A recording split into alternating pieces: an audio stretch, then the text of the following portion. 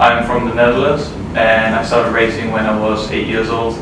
My dad was actually racing back then, so as a kid, before I turned 8, I was hanging out at the racetrack, and at some point, of course, I got old enough to and had the desire to start racing myself. My dad brought me a go-kart and we went to the go-kart track together, and that's basically where everything started.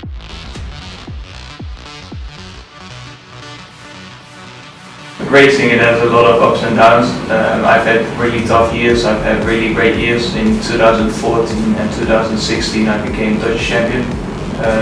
And every time I became Dutch champion I moved up to the next level. Over the winter I signed a deal with United Autosports. It's a British team to do the Asian Le Mans series. When I decided to move to the United States, I was just looking for a good school in a place I would enjoy myself as well. Moving to the US without any relatives, I knew I wanted to be in a place where there's always something going on. Then several people recommended me that is one of the great schools and one of the best schools in Florida actually, and they said just give it a shot and try to go to I love racing in the US. It's totally different actually. I mean, in the end we're still racing the same cars and the series is the same, but it's just the atmosphere around the racetrack.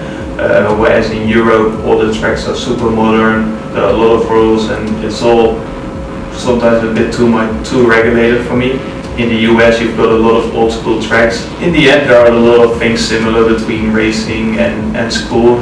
I try to be at my best in both worlds, and it requires a lot of dedication and scheduling in order to make both things at the same time happen.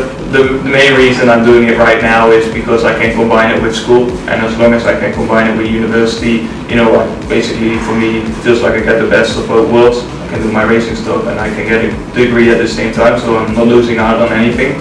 By the time I graduate from it's going to be a different story. I need to make a decision. The Arts and Sciences department, I contacted several deans in the beginning. When I came to it's always for me, I need to get a feel of if people want to cooperate with racing activities, even though it's not a university recognized sport.